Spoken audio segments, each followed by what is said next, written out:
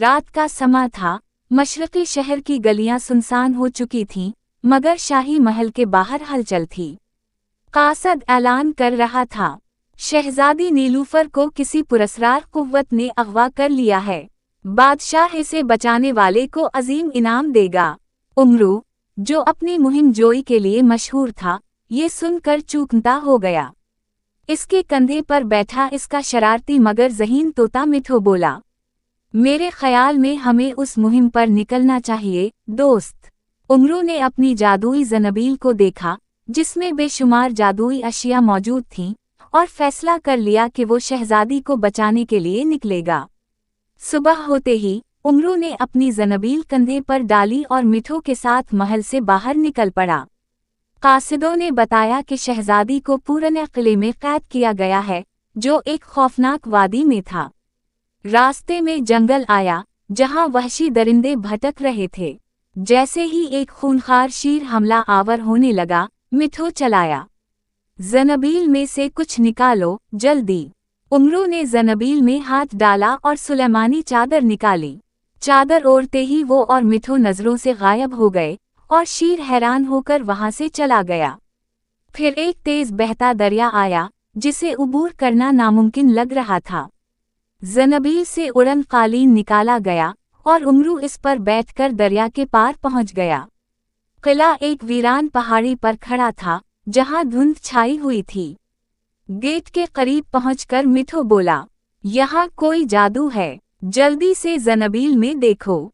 उमरू ने ज़नबील में हाथ डाला और तख्ती दाऊदी निकाली। इस पर कुछ अल्फाज लिखे थे। जैसे ही उसने अल्फाज पढ़े, किले का दरवाज़ा खुद खुल गया। अंदर दाखिल होते ही खौफनाक साए हरकत करने लगे। वो किले की हिफाजत करने वाले जनात थे। मिठो ने चीख कर कहा, बोलने वाली गुड़िया निकालो, ये जनात उसे देखकर हैरान हो जाएंगे। उमरू ने जादुई गुड़िया निकाली, जो जोर जोर से बोलने लगी, भागो, भूत आ गया। जनात खौफजदा हो गए और दीवारों में जा घुसे। किले के सबसे ऊपर वाले कमरे में शहजादी नीलूफर कैद थी, मगर इसके पास एक खौफनाक जादूगर जहान खड़ा था, जिसकी आंखों से नीली चमक निकल रही थी। उमरू, बचकर रहना, ये बहुत ताकतवर है। शहजादी चलाई। जादूगर ने एक जादुई गोला उमरू की तरफ फेंका, मगर मिठो ने खबरदार कर दिया, और उमरू जुअक गया। गोला दीवार से टकराकर बिखर गया। अब देख मैं क्या करता हूँ। उमरू ने ज़नबील में हाथ डाला और हैदरी तलवार निकाल ली। जैसे ही उसने तलवार निकाली, पूरे कमरे में रोशनी फैल गई। जादूगर ने उमरू पर हमला किया, मगर उमरू ने चालाकी से वार रोका और अपनी तलवार से इसके जादुई मंत्र काट दिए। फिर एक जोरदार वार के साथ जादूगर नीचे गिर गया और धुआं बनकर गायब हो गया। शहजादी नीलूफर आज़ाद हो गई।